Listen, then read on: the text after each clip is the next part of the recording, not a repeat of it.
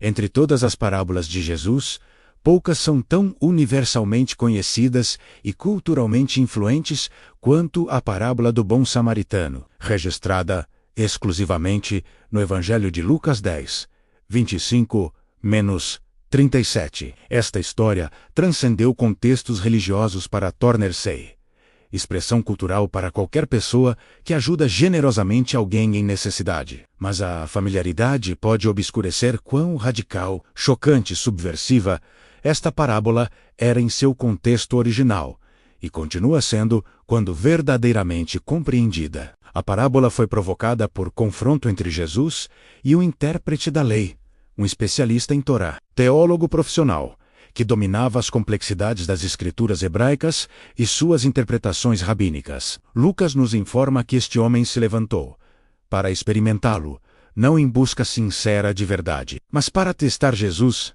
talvez esperando a pana.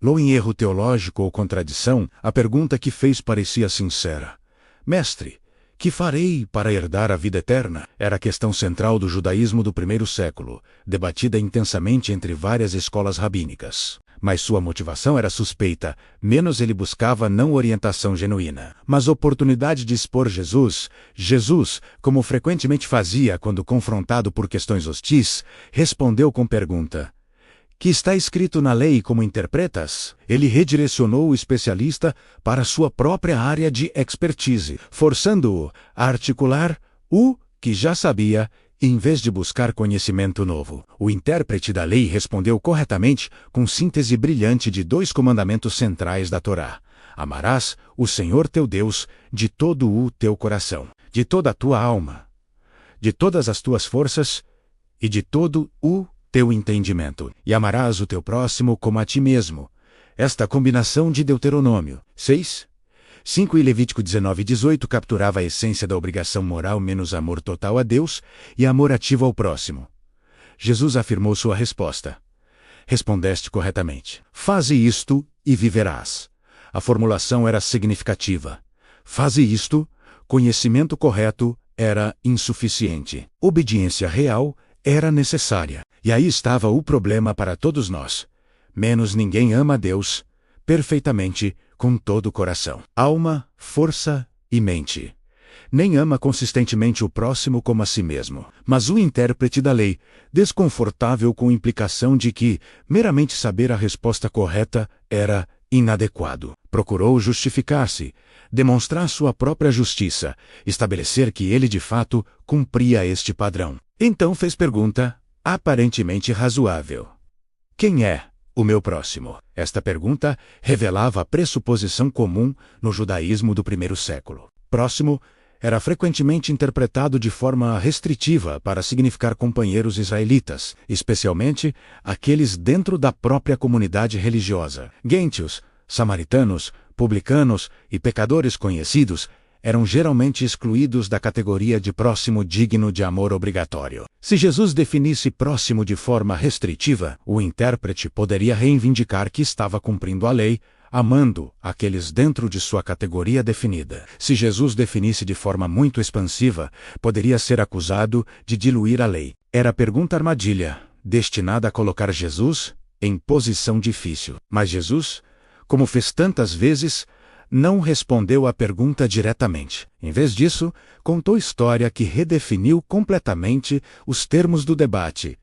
Um homem descia de Jerusalém para Jericó e veio a cair em mãos de salteadores, os quais, depois de tudo lhe roubarem e lhe causarem muitos ferimentos, retiraram-se, deixando-o semi-morto. A estrada de Jerusalém a Jericó era notoriamente perigosa, menos descendo cerca de 1.000 metros, em aproximadamente 27 quilômetros através de terreno desértico e rochoso, cheio de cavernas, onde bandidos se escondiam. Era conhecida como o Caminho Sangrento devido à frequência de assaltos. A vítima foi brutalmente atacada, roubada de tudo, possivelmente, incluindo roupas, deixando-o nu, severamente espancada e abandonada semi-morto, em condição crítica onde morte era provável sem intervenção imediata. Jesus, deliberadamente, não especificou a identidade étnica ou religiosa da vítima, tornando-a figura universal com quem qualquer ouvinte poderia identificar-se.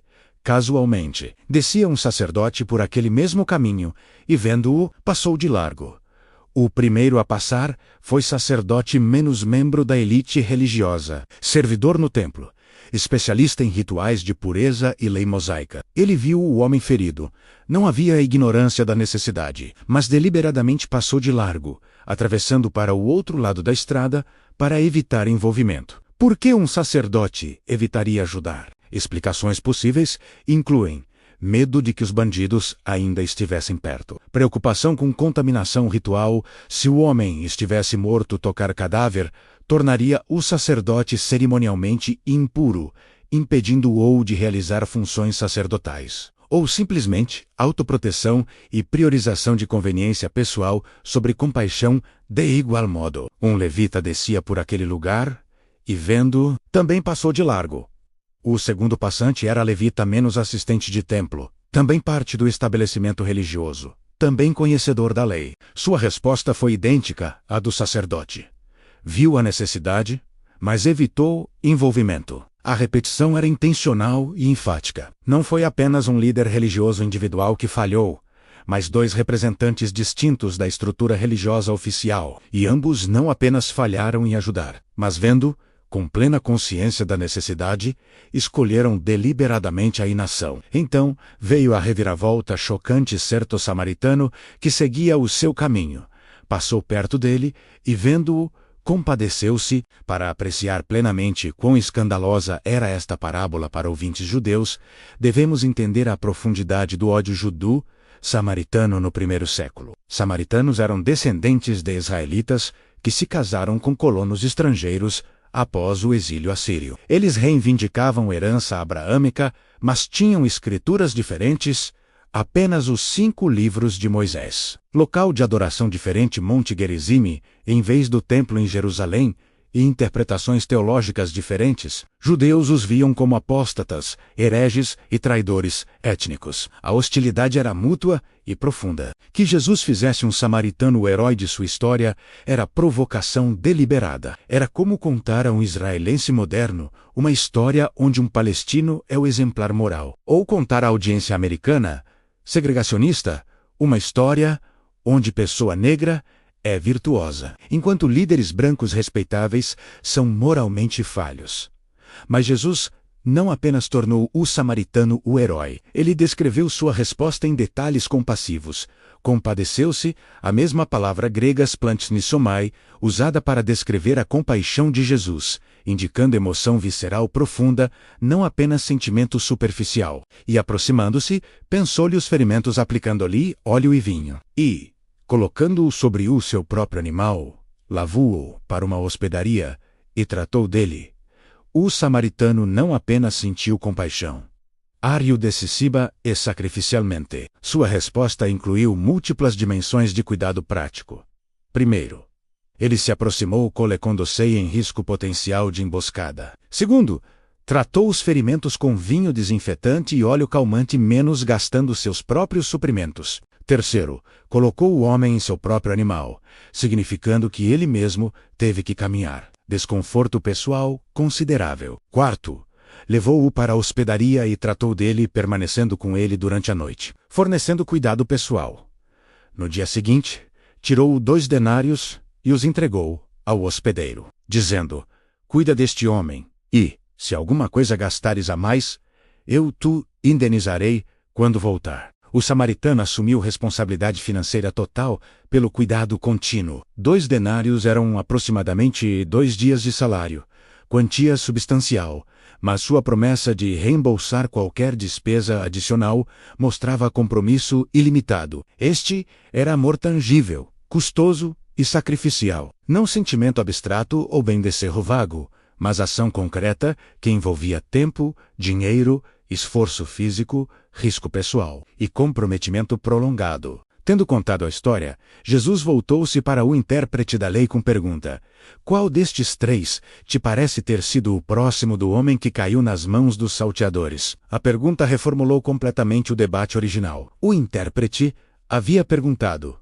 quem é meu próximo? Buscando definir limites de obrigação, identificar quem qualificava como digno de amor. Jesus respondeu com história que perguntava: a quem você será próximo? A questão não é identificar quem merece nossa compaixão, todos merecem. Mas se escolheremos ser compassivos, o intérprete da lei, forçado a reconhecer o óbvio, respondeu: o que usou de misericórdia para com ele, significativamente. Ele não conseguiu dizer: o samaritano. O preconceito era tão profundo que as palavras não saíam. Mas sua resposta, embora relutante, era correta. Jesus concluiu: vai, e procede tu de igual modo, não vai e crê corretamente, ou vai e define tua teologia corretamente, mas vai e age. O chamado era para obediência concreta.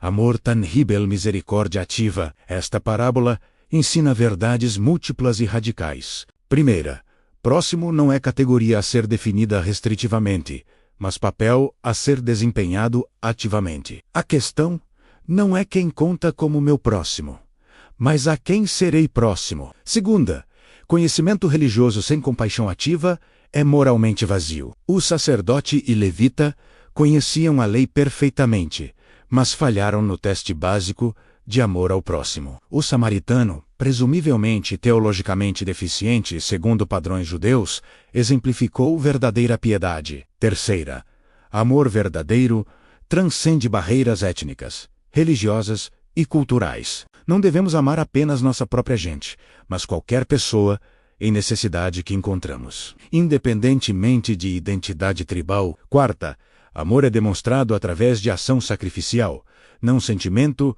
ou declaração. O samaritano não apenas sentiu pena, ele agiu decisiva, generosa e pessoalmente. Conclusão e moral da história.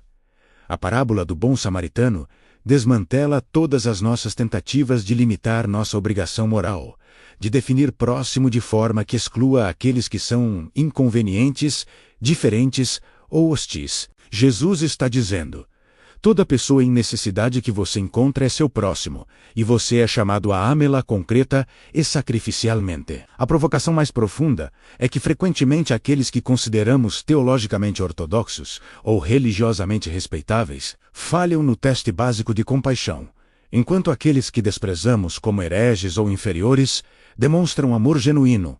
Religiosidade sem misericórdia é hipocrisia. Vai e procede de igual modo. Vê a necessidade, aproxima-te, age sacrificialmente, assume responsabilidade. Não pergunte se a pessoa merece ajuda, se é da tua tribo, se te agradecerá. Simplesmente seja próximo menos amando em ação e verdade, como Cristo nos amou.